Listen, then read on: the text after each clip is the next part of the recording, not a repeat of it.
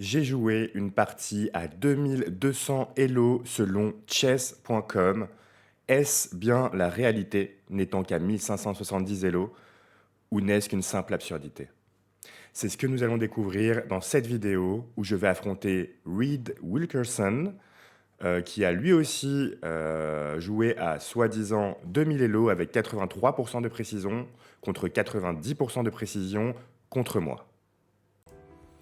Et on est parti pour vérifier si j'ai bien joué cette partie à 2200 Elo ou si ce n'est qu'un subterfuge de chess.com pour flatter nos égos. Alors, dans cette partie, j'ai commencé par le coup E4. Sur quoi mon adversaire a répondu C6, la carocane. Je développe mon cavalier en F3. Il avance son pion en D5 pour contester le centre directement. Je décide de jouer la variante d'avance de la carocane en avançant mon pion E4 en E5. Il développe son fou pour passer son fou devant sa chaîne de pions lorsqu'il va avancer son pion en E6. Je continue par D4, meilleur coup.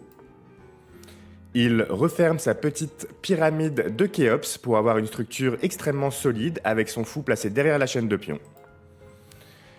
Ici, ne sachant jamais exactement comment jouer contre la carocane, j'ai décidé de changer un petit peu, d'innover. On va voir si c'est la bonne solution ou pas. J'ai donc joué B3 pour pouvoir avancer mon pion en C4. Ici, il conteste directement le centre, coup standard dans la carocane. Il a préparé donc sa poussée en C5 et vient attaquer mon pion en D4.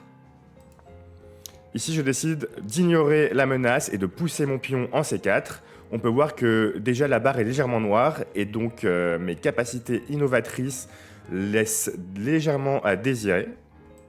Il mange mon pion, je lui mange son pion en D5. Il décide de manger de sa dame. Maintenant, on peut voir qu'il a des pièces quand même plutôt actives. Je vais donc décider de remanger son pion de la dame pour non seulement protéger ce pion-là 2 fois, mais aussi proposer l'échange de dames, car sa dame est en plein centre de l'échiquier et très très bien placée. Ici, il développe son cavalier qui va attaquer ma dame en D4. Je décide de proposer l'échange pour calmer un petit peu son activité et au passage calmer ses ardeurs. Je mange sa dame, il me remange du pion et là tout de suite on peut voir qu'il a créé un pion isolé. Donc j'ai rattrapé mon retard, on peut voir que la barre sur la gauche est noire et blanche. Et donc, on est plutôt content ici car on a rattrapé le petit retard d'ouverture que l'on avait créé. Je décide de bouger mon fou en fianchetto, qui va non seulement protéger ce pion avec le cavalier, mais qui va être très bien placé sur la grande diagonale, notamment pour préparer des tactiques pour pouvoir avaler sa tour. Ici, il me fait un échec en plaçant son fou en C4. Et donc, voilà, à mon niveau, un échec, je suis complètement pris de panique. Et là, je ne réfléchis pas.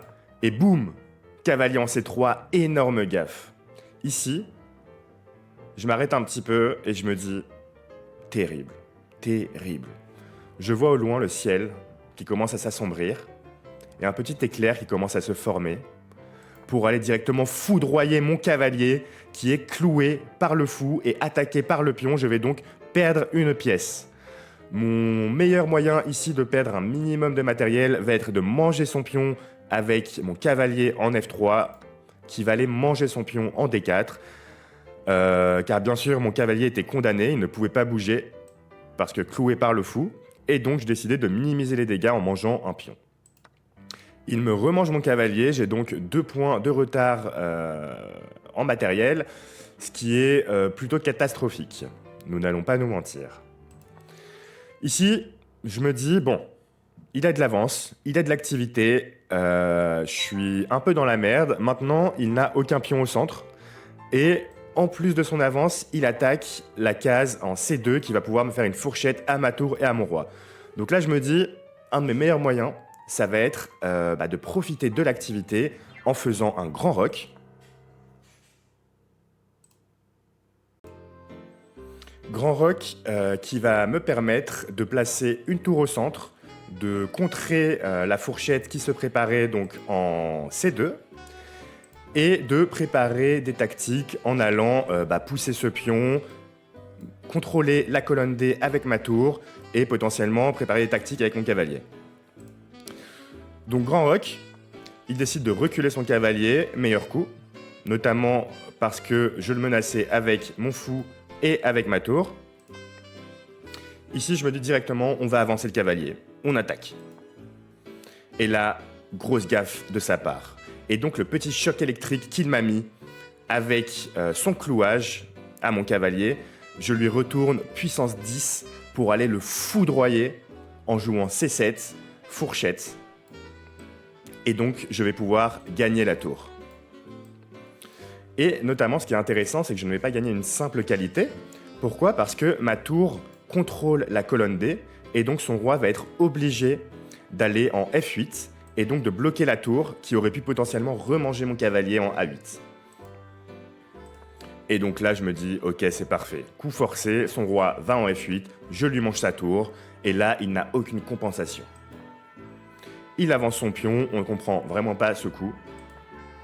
Ici, je recule mon cavalier pour éviter de me faire avaler par sa petite tour. Il bouge son roi pour commencer à développer sa tour et contester la colonne D.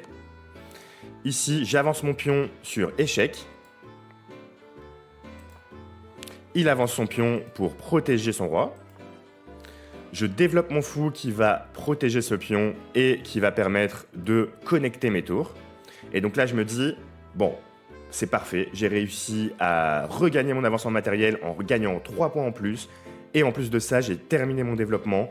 Mes fous sont très actifs, j'ai beaucoup d'activités et mes tours sont connectés. Donc là, c'est gagné, si je ne fais pas n'importe quoi, bien sûr. Ici, il attaque mon cavalier. Je décide de le protéger avec ma tour qui va aller sur la rangée 7, qui est un plan assez commun. On essaie toujours de placer ces tours sur la rangée 7 pour tout attaquer, le roi et les pions. Et là, je fais d'une pierre deux coups car je vais protéger mon cavalier, mais ma tour est également protégée par le pion en E6. Il décide d'attaquer mon cavalier, qui attaquait 2 fois et défendu qu'une seule fois. Je vais donc le reculer. Ici, ce n'était pas le meilleur coup parce qu'on peut se rendre compte qu'il peut manger ce pion, qui est très important, avec son fou F5 en E6. Mais il s'est trompé. Il joue roi en F8, et je décide donc de manger son cavalier pour protéger mon pion. Il remange mon cavalier. Ici, je lui mange son pion, et là, j'ai une position complètement gagnante. Il avance son fou. Pas grand intérêt. Ici, je développe ma tour et je double mes tours sur la colonne D. Il me fait un échec. On peut voir qu'il contrôle toutes ces cases avec son fou et ces cases-là avec son autre fou. Donc, je protège de la meilleure manière possible en replaçant mon fou en B2. Il me mange, je le remange. Mauvaise stratégie de sa part. Car tout simplement, quand on a un retard en matériel, on veut éviter d'échanger les pièces. Il développe son cavalier. Ici, je lui place un petit échec. Ça ne mange pas de pain. Il bouge son roi, je lui mange un petit pion. Il attaque mon fou. Je lui fais un échec et là, il perd sa tour. Donc, il a gaffé et il craque complètement. Ici, il me mange mon fou. Je lui remange son cavalier de ma tour et il abandonne. Et voilà, on peut le voir, il a gaffé, j'ai gaffé. Maintenant, il ne faut pas lâcher, il ne faut pas abandonner. Pour synthétiser un petit peu, est-ce que j'ai joué cette partie à 2200 Elo ? Je pense que la réponse est claire et que Chess.com a complètement craqué. Je pense que ici, avec les gaffes qu'on a tous les deux fait des deux côtés, on a peut-être joué à 1400 Elo, voire 1500 Elo grand maximum. Certes, il y a eu des bons coups après cette gaffe, mais j'ai pas joué une ouverture optimale. J'ai fait une grosse gaffe et je pense vraiment que chess.com veut flatter mon ego. Voilà, dites-moi ce que vous en pensez dans les commentaires. Si vous aussi, on vous met des parties à 4500 Elo alors que vous jouez à 300 Elo.